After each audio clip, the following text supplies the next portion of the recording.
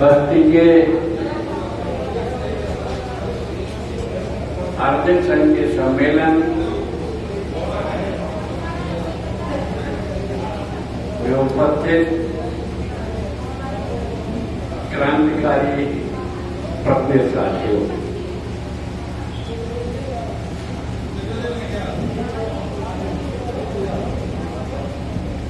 मुझे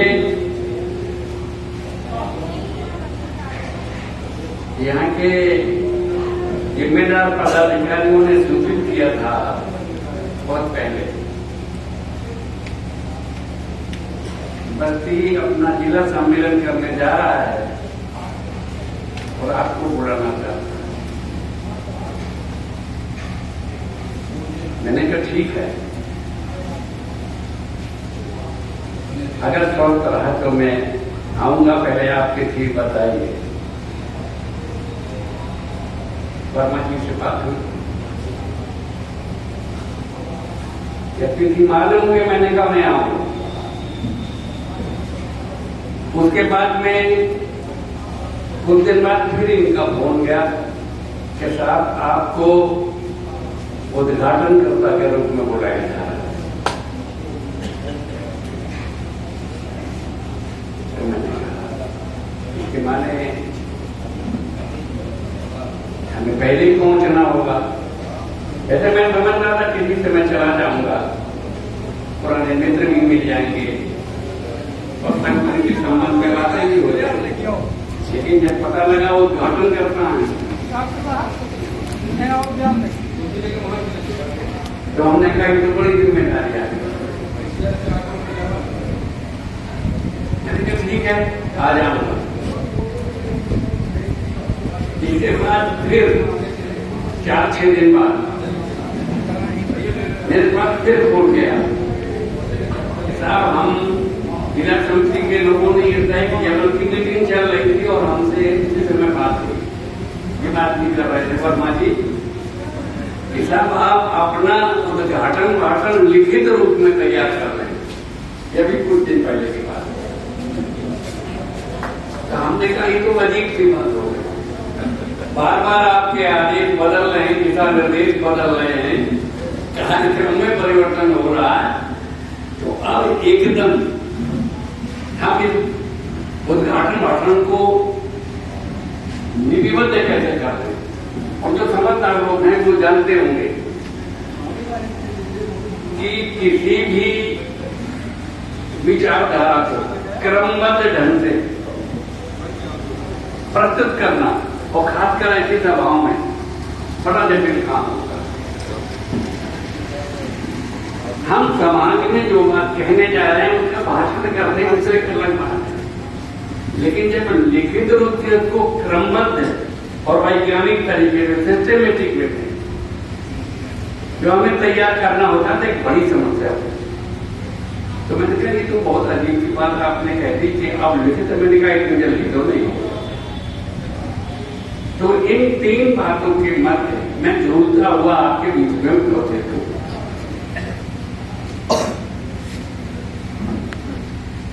तो सबसे पहली बात तो मैं,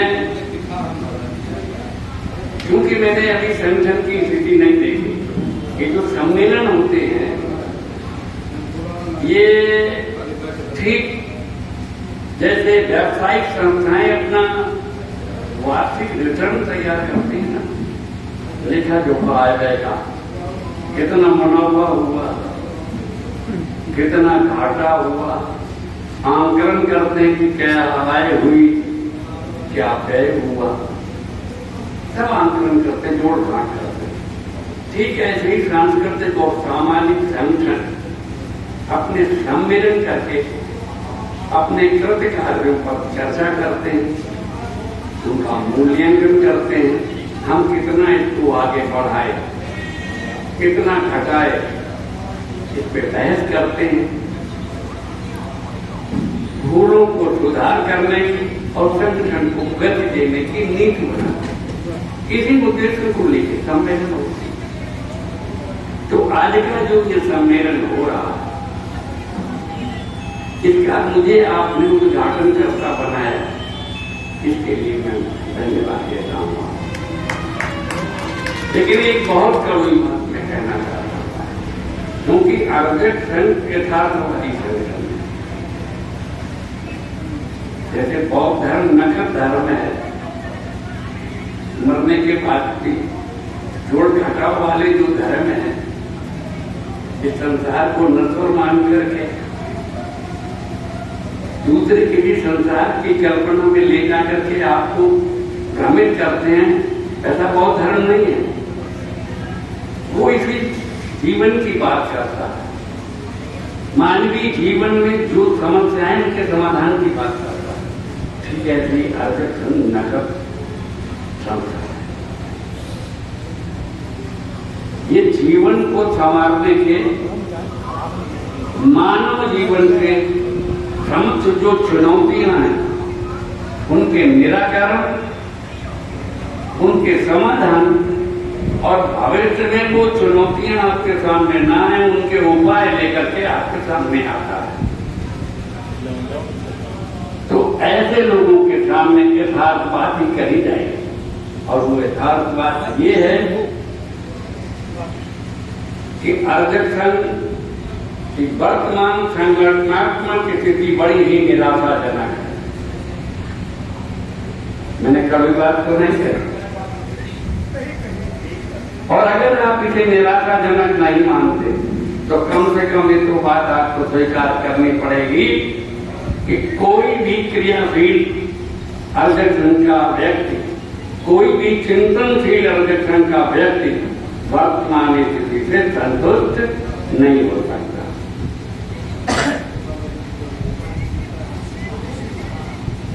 तो ये स्थिति कैसे हो गई, आपको विचार करना है। जहां तक सवाल अर्जक संघ की विचारधारा का है, किसी भी विचारधारा को जब समाज में हम मान लेते हैं कि जरूरी हो गई है समाज के लिए, तब उसे सिद्धांत रूप देते हैं, और उन सिद्धांतों को, सिद्धांत माने ही जो अंततः सिद्ध हो जाए। सिद्धांत का क्या मतलब, जो बात अंततः सिद्ध रह जाए, उसमें कोई प्रश्न चिन्ह बाकी न रह जाए, वो सिद्धांत कहलाता है। तो अर्जक संघ सैद्धांतिक दृष्टि से और उन सिद्धांतों को समाज में कैसे पहुंचाया जाए, इसके लिए कार्यक्रम की दृष्टि से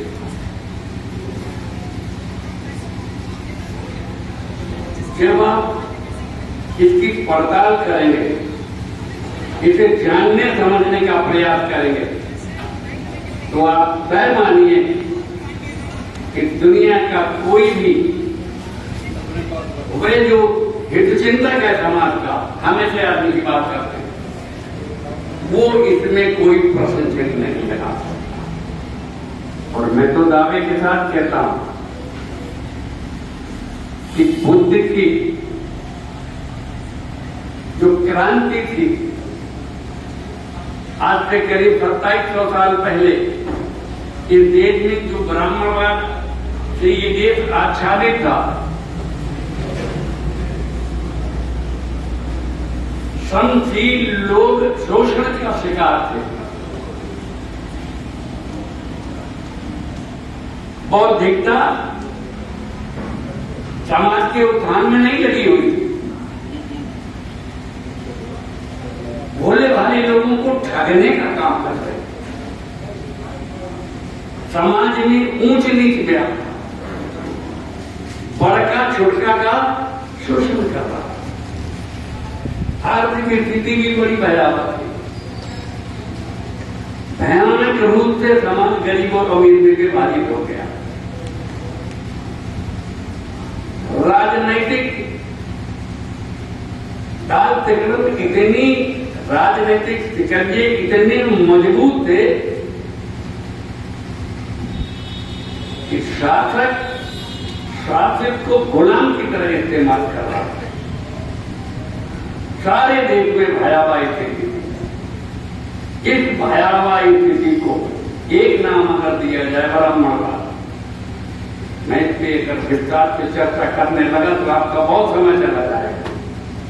सूक्ष्म में मैं आपको बताना चाहता हूं कि इस ब्राह्मणवाद की भयावह स्थिति को लेकर के बुद्ध घर छोड़ के निकल गए।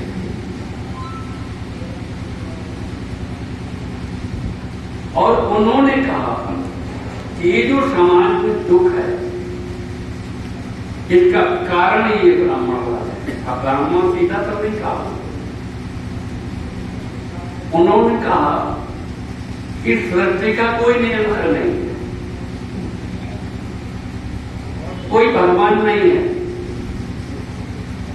कोई परमात्मा नहीं है और किसी परमात्मा की द्वारा उसका छुटका हिस्सा आपके अंदर आत्मा के रूप में नहीं बैठा हुआ और ना आपके आत्मा जो अंदर बैठी हुई बताई जा रही है ना ये पिछले जन्म के सुख दुख लेकर के आई है। ये सारी बातें गलत हैं। तो सीधा ब्राह्मणवाद का कहा था, उन्होंने कहा कि ये बात गलत है। आपके सामने जो दुख है इस दुख का कारण है। आप अपने विवेक को जागृत करिए, उन दुखों के कारणों को समझिए। जिस दिन आप उन दुखों के कारणों को समझ लेंगे उनके निवारण का मार्ग उपस्थित होगा, उस पर काम किया जाएगा, आपके दुखों का निवारण होगा। इस क्रांति का बड़े पैमाने में देश में स्वागत हुआ। भारत में ही नहीं, अफगानिस्तान, बलूचिस्तान से लेकर के दक्षिण पूर्व एशिया के देशों तक की क्रांति फैलती चली गई और ब्राह्मणवाद से बचा गया। लेकिन उसके बाद जो प्रतिक्रांति थी उसने बुद्धवाद को हजम कर दिया। लेकिन भारत में हजम किया, बाहर में हम इसका भी कारण बताएंगे। लेकिन जो प्रतिक्रांति भारत में हुई और जिसने बौद्ध विचारधारा को, बौद्ध धर्म को निगल लिया और हमेशा के लिए खत्म हो गया और फिर भारत इनके ब्राह्मणवाद के चुंगल में आ गया, जिससे बुद्धवाद ने मुक्त किया था, पुनः मुख्य चुंगल में आ गया।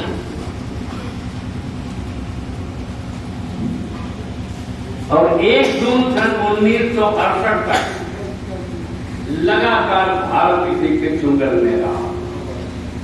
मैं दावे के साथ कहता हूं कोई भी विचारधारा बीच में नहीं आई। छुटका फुटका आंदोलन तो हुए, अंग्रेजों के आने के बाद इन आंदोलनों में तेजी आई। कहीं आर्य समाज आया, कहीं रामकृष्ण मिशन आया, कहीं थियोसॉफिकल सोसाइटी आई, इस तरह के तमाम संगठन छुटका छुटका आए। लेकिन कोई ब्राह्मणवाद के खिलाफ कोई मजबूत, सुविचारित, सिद्धांत परक, जो दार्शनिक कसौटी पर खड़ा सिद्ध हो, कोई संगठन खड़ा नहीं हुआ। सिर्फ पहली बार एक संगठन अस्तित्व में आया, महामना रामस्वरूप वर्मा के द्वारा अस्तित्व में लाया गया, वो संगठन अर्जक संघ। और यह अर्जक संघ बुद्धवाद के बाद अपने आप में विचार पूर्ण है, सिद्धांत पूर्ण है, कार्यक्रमों से भरा पूरा है, इसे समाज में चलना चाहिए। लेकिन मैंने इस मंच में उद्घाटन करते समय कहा है कि अर्जक संघ की वर्तमान स्थिति को देखकर बड़ी निराशा होती है। क्यों होती है, थोड़ा इस पर हम विचार करना है। कोई भी मिशन कितना ही अच्छा क्यों ना हो, कितना ही अच्छा क्यों ना हो, लेकिन यदि उसे चलाने वाले अच्छे कार्यकर्ता नहीं मिले तो मिशन चल नहीं सकते। और भारत में तो ये स्थिति और भी भयंकर है। क्यों भयंकर आप समझिए। भारत का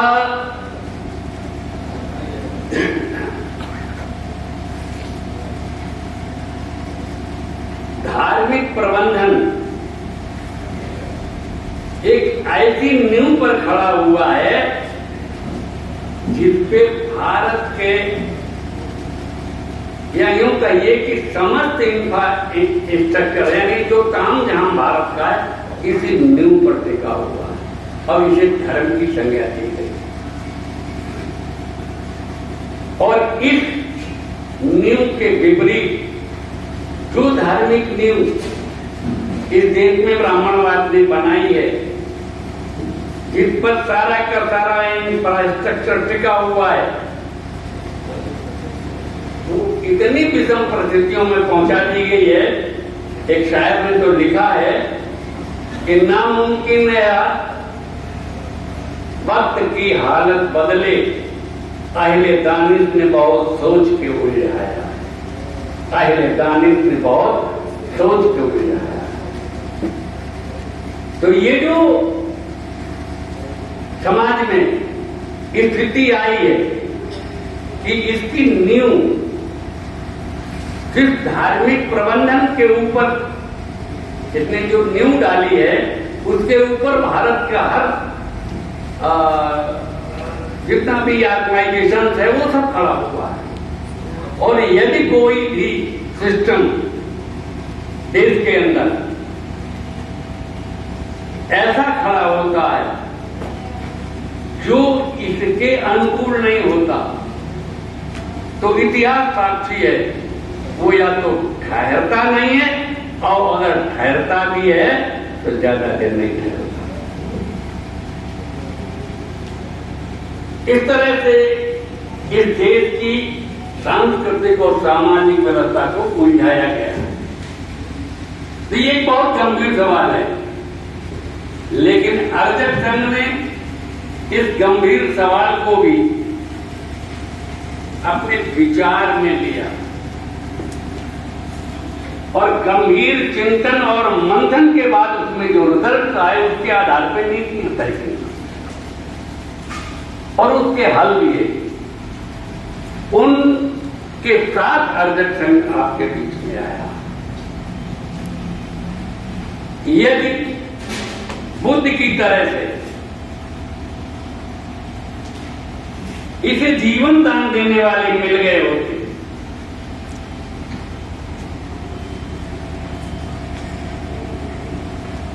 ध्यान करिएगा आप सब, एक से एक विद्वानों का अर्जक संघ में आप 10वें साल से मैं सब चेहरे देख रहा हूं, 20वें साल से। मामूली आदमी आप लोग नहीं, बहुत चिंतन थे। तो जितने भी लोग इसमें हैं ये सब जानते हैं क्या कि बुद्ध जिस विवाद को लेकर के घर से निकले थे, उन दोनों लोगों ने जब देखा कि एक आदमी हमारे विवाद के कारण घर छोड़ के निकल रहा है, तो उन्होंने कहा कि चलिए हम लड़ाई नहीं करते, और सब दोनों पक्ष मिलकर गए बुद्ध के पास कि साहब अब आप घर छोड़ के मत जाइए, हमारी लड़ाई शांत हो गई, जो नीति तय होगी आप बैठ के तय कर दीजिए, हम उसी का अनुपालन करेंगे, लेकिन अब आप बाहर मत जाइए। खुद कहा नहीं, पूरे देश में अंधकार छाया हुआ है, मेहनत कर कमेरे लोग शोषण का शिकार हैं, उनकी पूरी जिंदगी दुखों से आच्छादित है। मैं अब उनके दुखों के निवारण के लिए काम करूं। दोनों के बराबर रोकने पर भी वो रुके नहीं, घर से निकल गए और ताउमर घूमते रहे।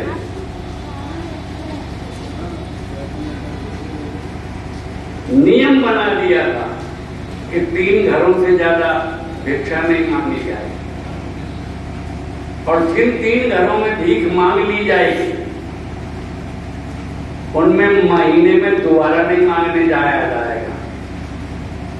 बहुत भिक्षुओं का नियम था। कुछ नहीं अपने का नाम के होगा, अगर होगा तो खाने का एक साधारण पात्र होगा, पहनने के साधारण कपड़े होंगे, कुछ तरह होगा, बहुत छोटे से नियम, और बराबर चलते रहे। अब नियम जब बराबर चले, उस विचारधारा को समाज में पहुंचाने के लिए तो लोग कहना अकेले चले थे घर से, लोग मिलते गए, कारवां बनता गया। बहुत धर्म के रूप में सारी दुनिया में स्थापित हो। अरजक संघ को ऐसा चारिका करने वाला कोई महापुरुष अब तक नहीं है। जबकि अरजक संघ की विचारधारा, अरजक संघ के सिद्धांत और अरजक संघ के कार्यक्रम,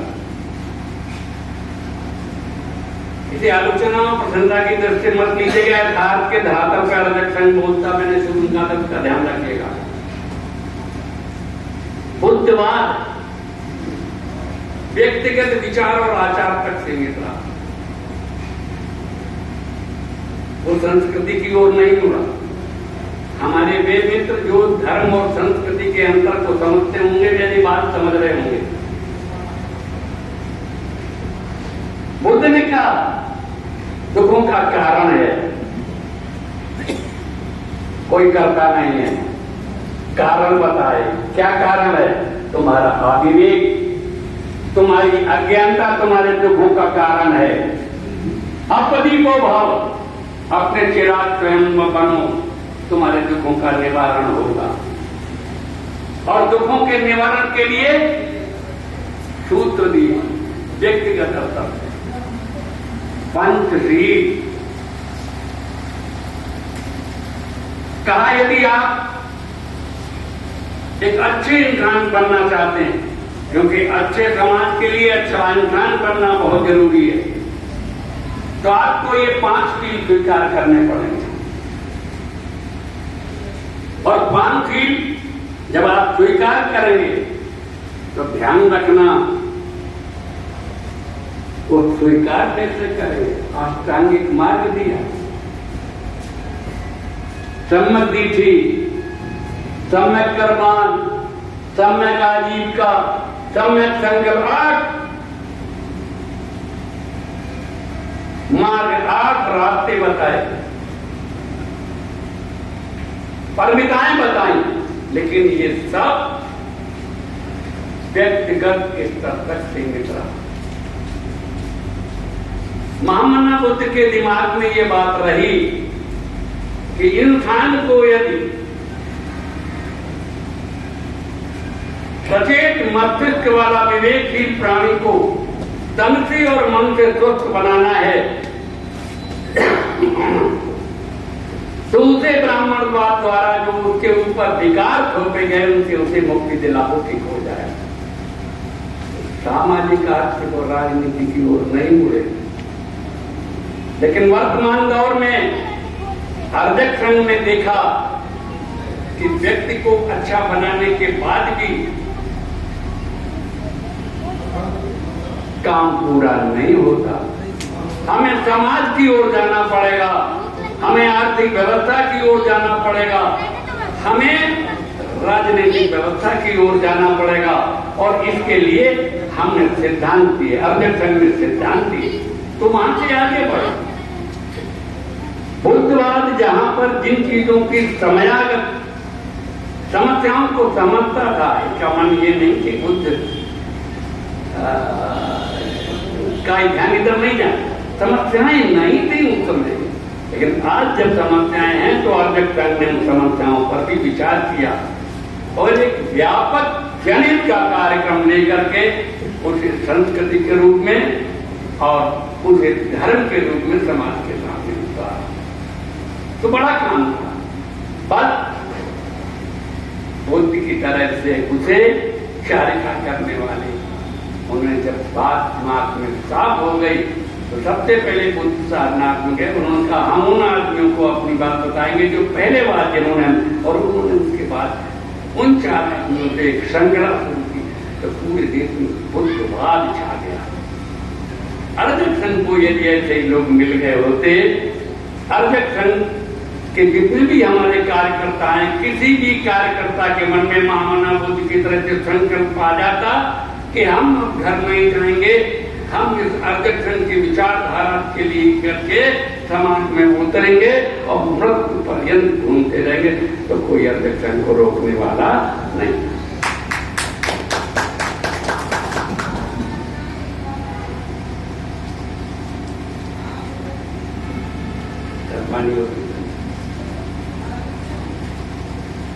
किसी भी घटना में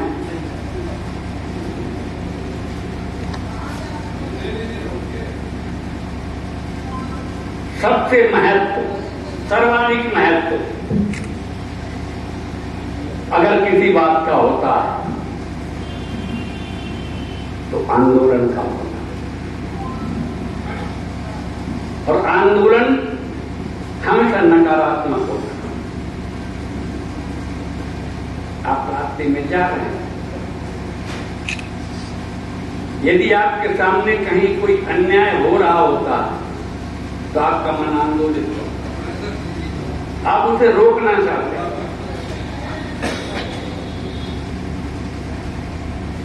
लेकिन परिणाम क्या आएंगे ये इस बात पर निर्भर करता है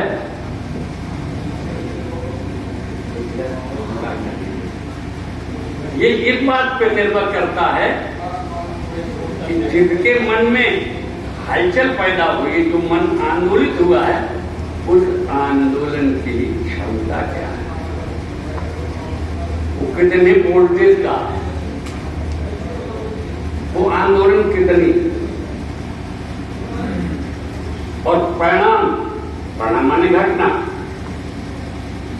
आंदोलन के बाद जो घटना घटित होती है वो घटना ही ये बात सिद्ध करती है कि आंदोलन किस तीव्रता का था।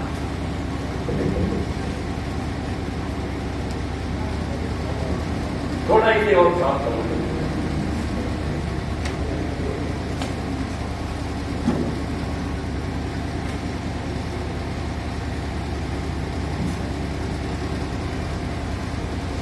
ये जो आदमी है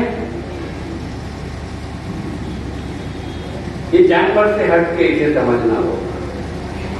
जानवर का पेट भर जाए फिर भी कुछ नहीं चाहिए, लेकिन आदमी के पास सचेत मस्तिष्क है, क्रियाशील मस्तिष्क है। इन दोनों को स्वस्थ रहना होता है, और आंदोलन भी मन से शुरू होता है। तो मन जब आंदोलित होता है वो उस बुराई को किस सीमा तक ग्रहण कर रहा है ये समझने की बात होती है। सामान्यतः हर आंदोलन बिल्कुल साधारण होता है।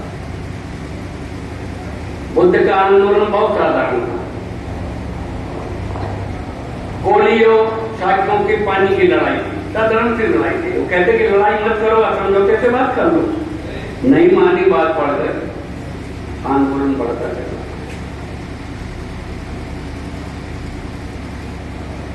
और इतना बढ़ता चला गया कि बौद्ध धर्म की घटना घटित हुई। बौद्ध धर्म अस्तित्व में आया। आंदोलन की बात है, किस सीमा तक आंदोलित हुआ। आंदोलन माने अब जैसे ना रस्सी में टुकड़ा टंगा होता, वो इधर जा दीजिए, इधर जाएगा, इधर जाएगा, और चैन नहीं देता बराबर। ऐसे मन आपका जब बेचैन हो जाए किसी बात को लेकर तो माना जाता है कि आप आंदोलित हैं। तो बुद्ध जब आंदोलित हुए तो आंदोलित होकर देखे रुके। तो उस आंदोलन के महत्व को आप समझें। आप अगर आंदोलित ना हुए हो तो अधिक संख्या कार्यक्रम में नहीं आते। यहाँ ना अच्छा खाना है, नाची बैठने की व्यवस्था है, और कोई छोटे छोटे कार्यक्रम होते, कोई वैसे कार्यक्रम होते देखते वहां क्या साफ सज्जा होती, साधारण साधा आदमी 12 बजे कैसा इंतजाम करता। यहाँ पूरे जनपद का ये सम्मेलन हो रहा हो, बैठने की अच्छी व्यवस्था है, तो पसीना पूछ रहे क्यों? क्योंकि अभाव है। लेकिन इस अभाव के बावजूद आप यहाँ मौजूद हैं। क्यों मौजूद है? ये लोग बड़े बड़े दूर से आए, जेब का पैसा खर्च करके आए। क्यों? क्योंकि आपके मन आंदोलित। बस फर्क इतना है कि उस आंदोलन को जिस तीव्रता की आवश्यकता है, जो किसी घटना के घटित होने का कारण बने, उस तीव्रता की चैलेंज प्रस्तुत कर रहा है ये सम्मेलन आपके सामने। सभ्यता के इतिहास के बारे में विद्वानों का मत सुनिए, साफ लिखा है कि चुनौतियां और संघर्ष दो ही तो सभ्यता की सच्चाई है। एक कवि ने लिखा है कि दर्द के एहसास को शेरो सुखन तक ले चलो, दर्द के एहसास को शेरो सुखन तक ले चलो, या अदब को मुफलिसों की अंजुमन तक ले चलो। मुफलिसों की अंजुमन नहीं, तुम्हारी सभ्यता का क्या मतलब? क्या इस बात करते आपका मन आंदोलित है? जो सभ्यता, जो बहबूदी, जो शासन व्यवस्था मुट्ठी भर सरमाएदारों के यहां गिरवी रख दी गई है ब्राह्मणवाद के द्वारा, उस सभ्यता को वहां से मुक्त कराने की जिम्मेदारी आपसे करनी।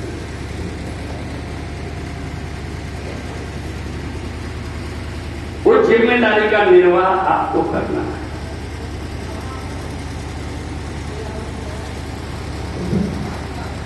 अब कैसे करना है?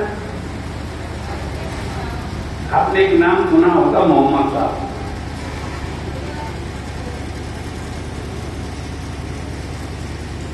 मोहम्मद साहब व्यापारी थे,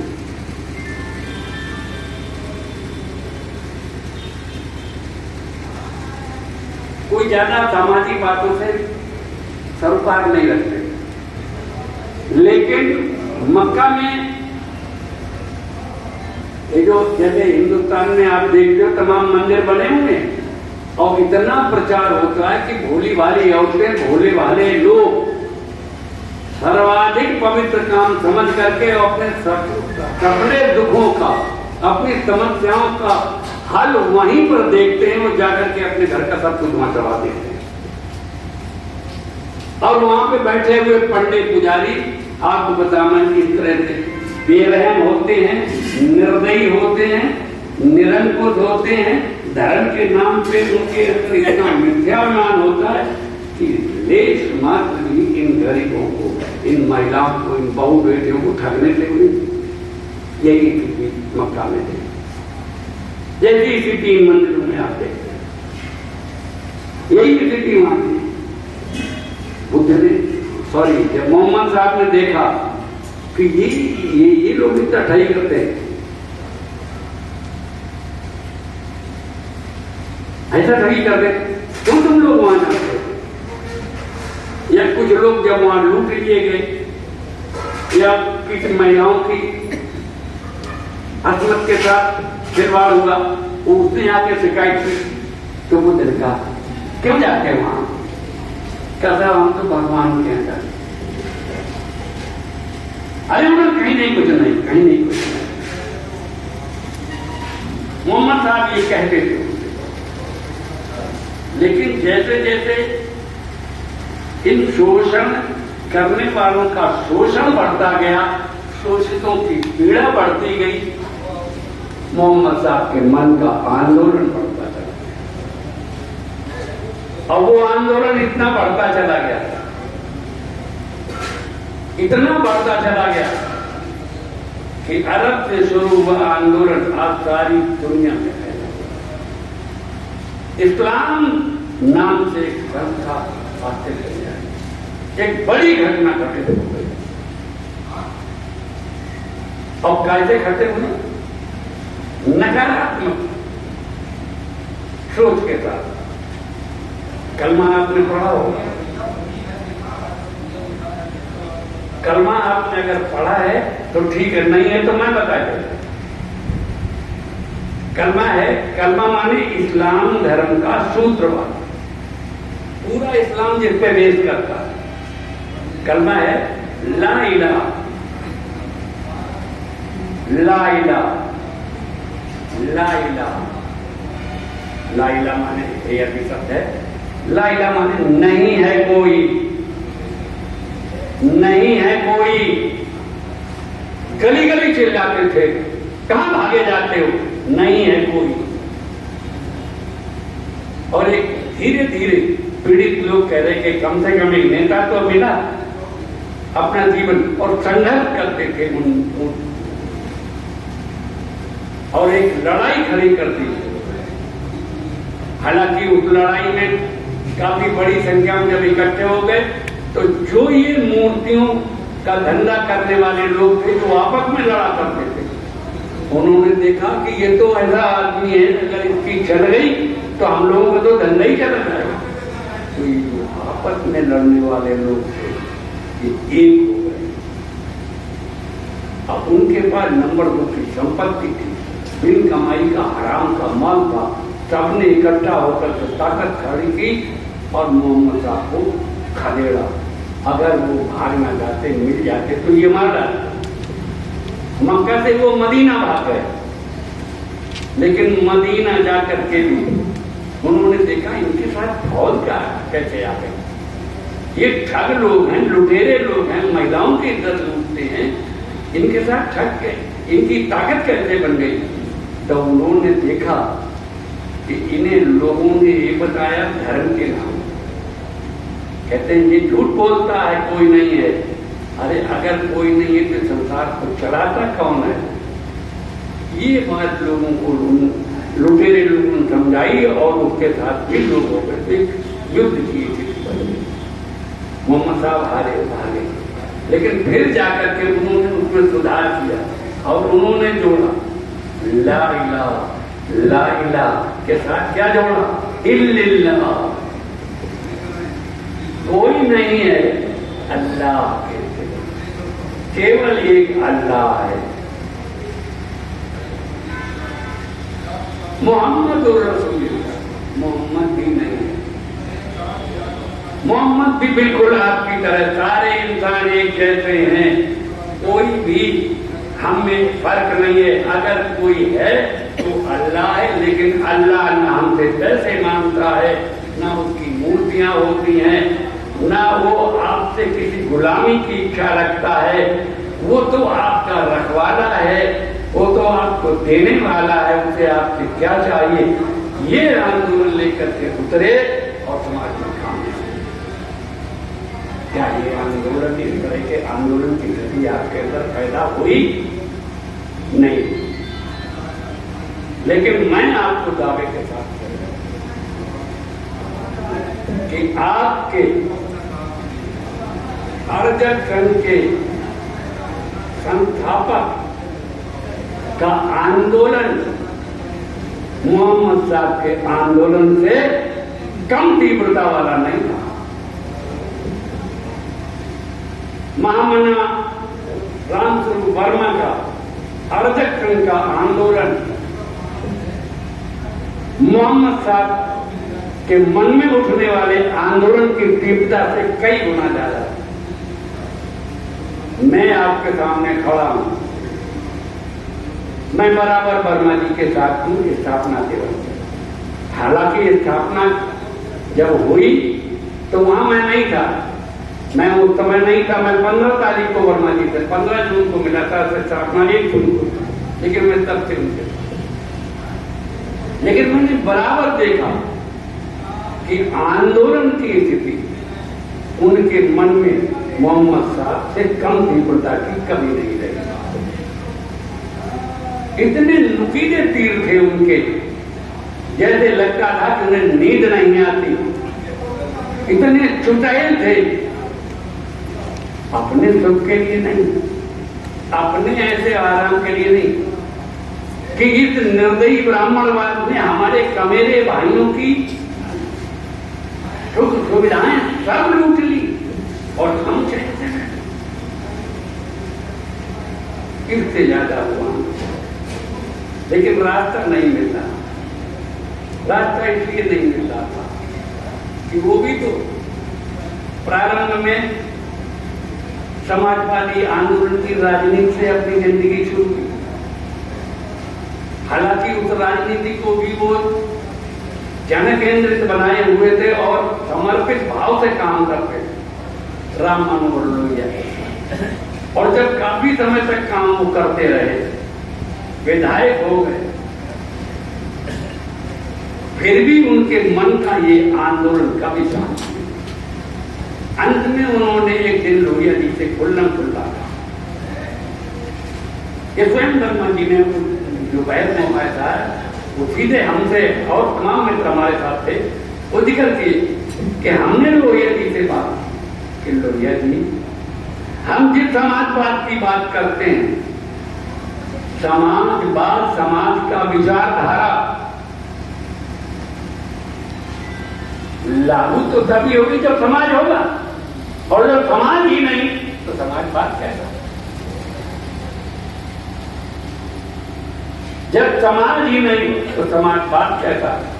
तो मान्यवर लोहिया जी हमें समाजवादी राजनीति स्थापित करने के लिए जो आर्थिक क्षेत्र में और सामाजिक क्षेत्र में और राजनीतिक क्षेत्र में हमें इसको विभाजित करना होगा कि हम आर्थिक और राजनीतिक क्षेत्र में जिस समाजवाद को लाना चाहते हैं, हमें उससे पहले हमें समाज, वह समाज जिसमें समता हो, करुणा हो, मैत्री यानी बंधुत्व हो, हमें ऐसे समाज बनाना पड़ेगा।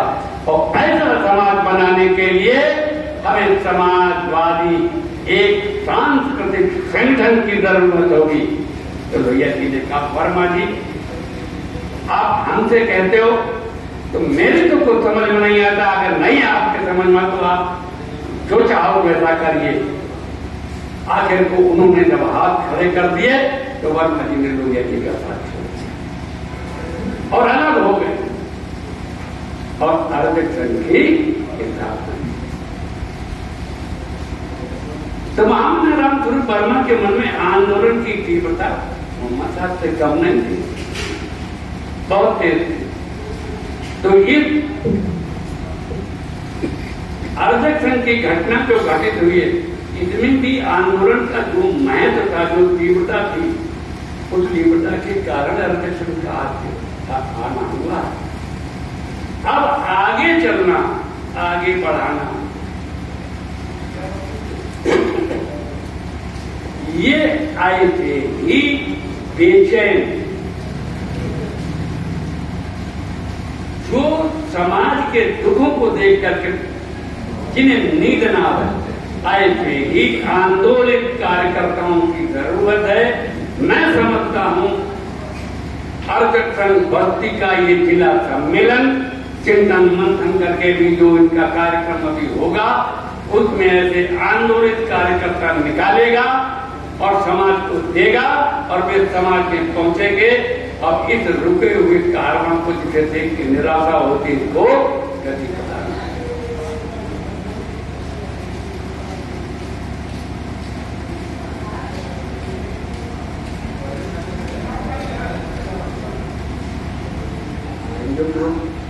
समय ज्यादा तो नहीं ले रहे हैं?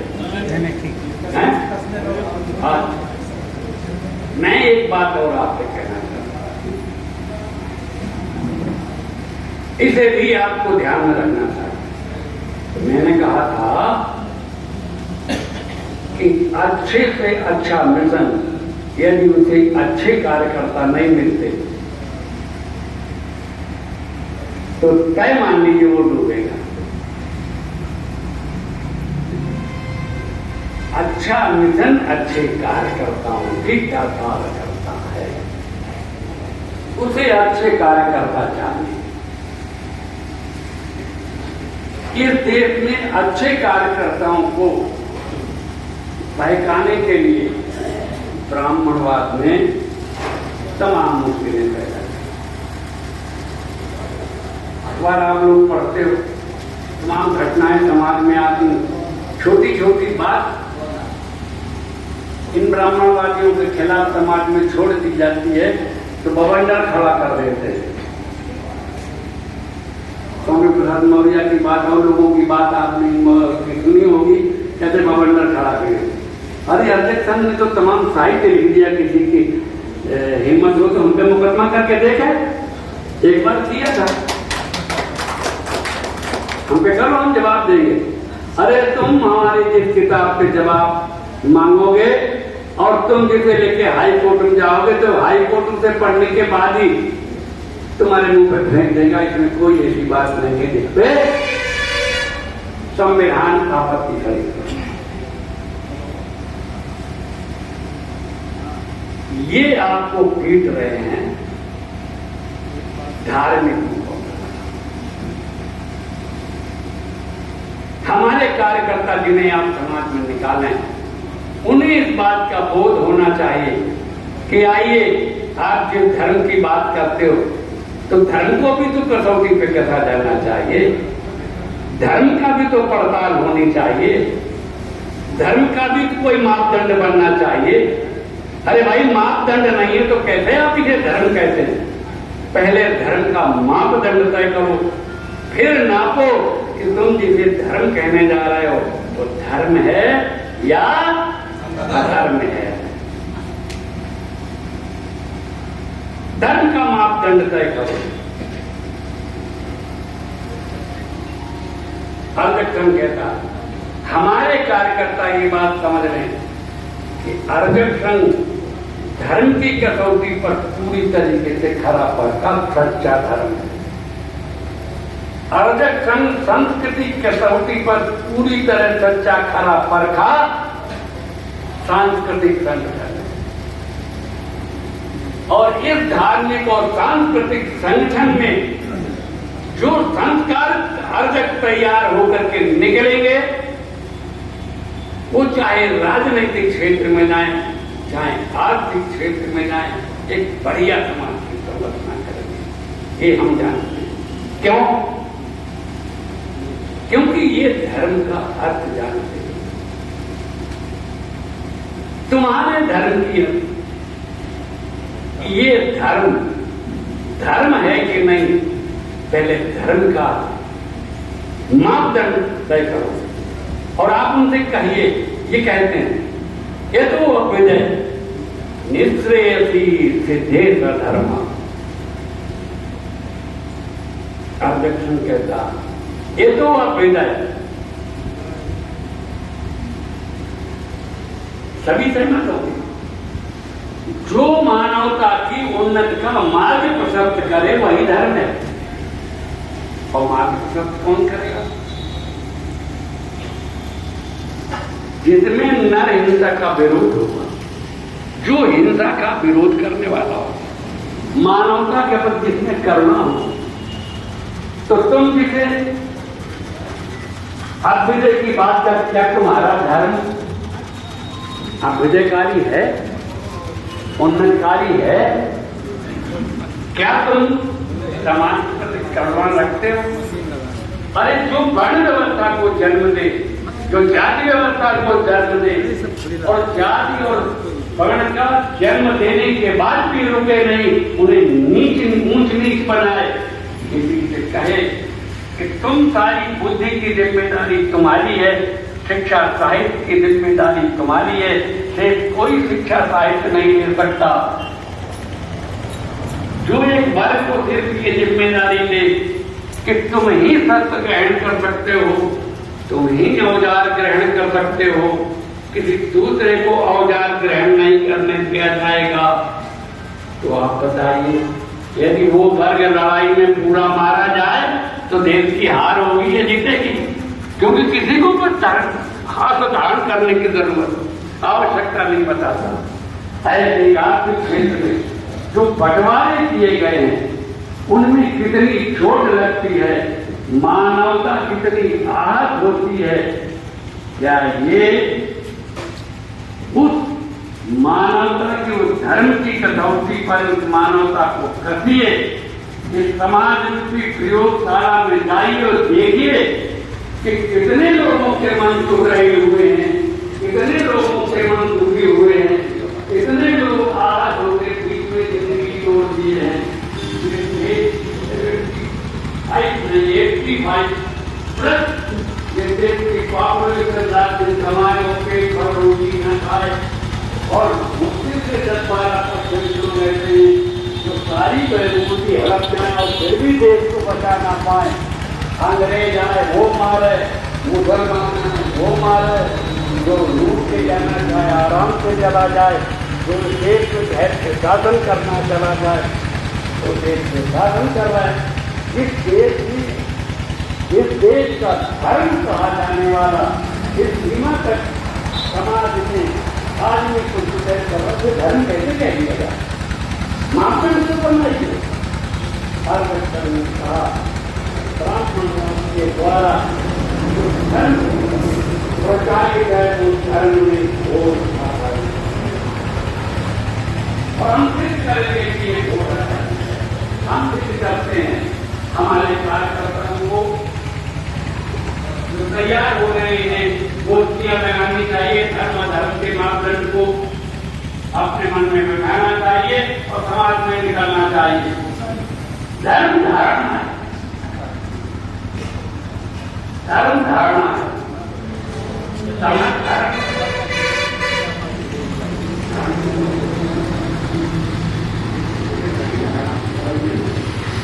ये धारणा कौन सी धर्म? ये धारणा तो धर्म का बताओ तो सही।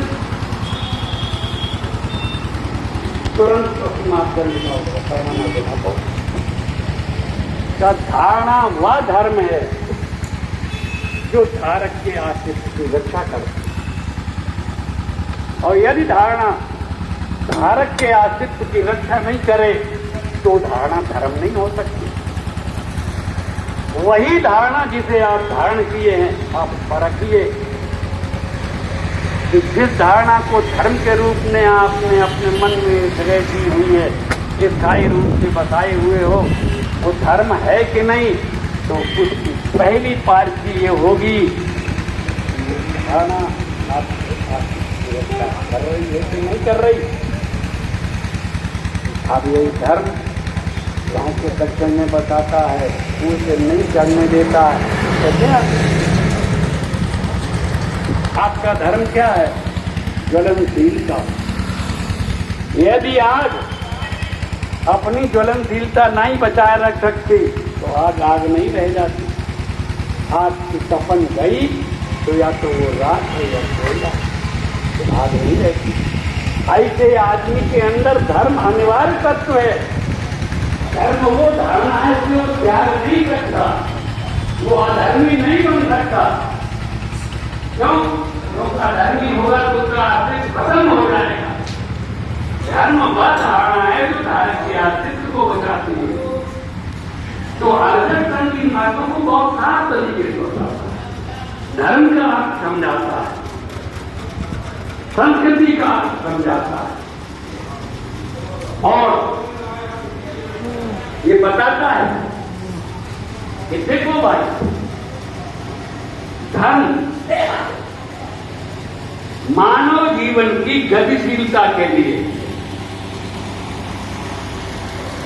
उसमें आशा संचरित होती रहे, इस दृष्टि से धर्म एक बसंत की तरह है जो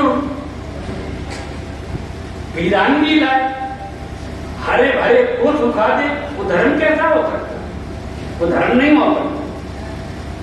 ये कुछ दार्शनिक बिंदु है। मैं देख रहा हूं कि आपका मन विचलित हो रहा होगा, इसलिए मैं ज्यादा गहरे नहीं उतरना चाहूंगा, लेकिन मैं आपको बताना चाहता हूं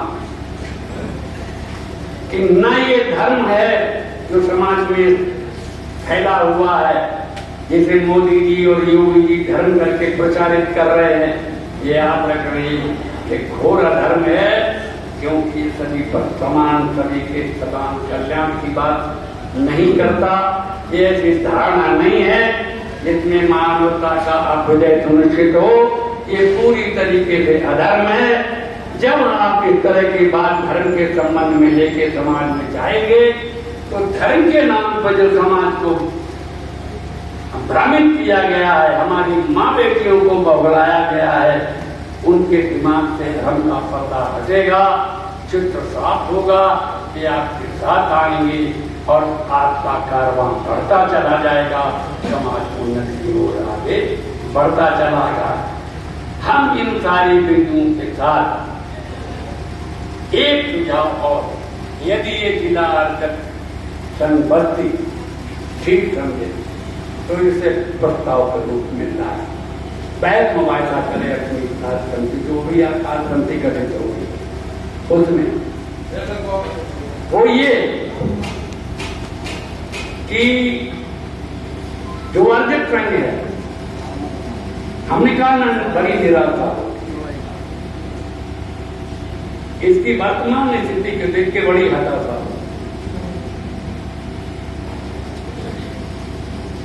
इसे निकालने का मेरे मन में एक सुझाव है कि हमारे जितने जिला संगठन हैं, जैसे बस्ती है, बस्ती में मैंने आप देखा, इनकी रिपोर्ट हमें देखने को मिली है, बहुत गहराई से तो नहीं मैं देख पाया, लेकिन जितना देख पाया उसमें लगा इसमें 12 प्रखंड करीब करीब इनके संगठन है। क्यों भाई वर्मा जी, 12 प्रखंड संगठित है ना?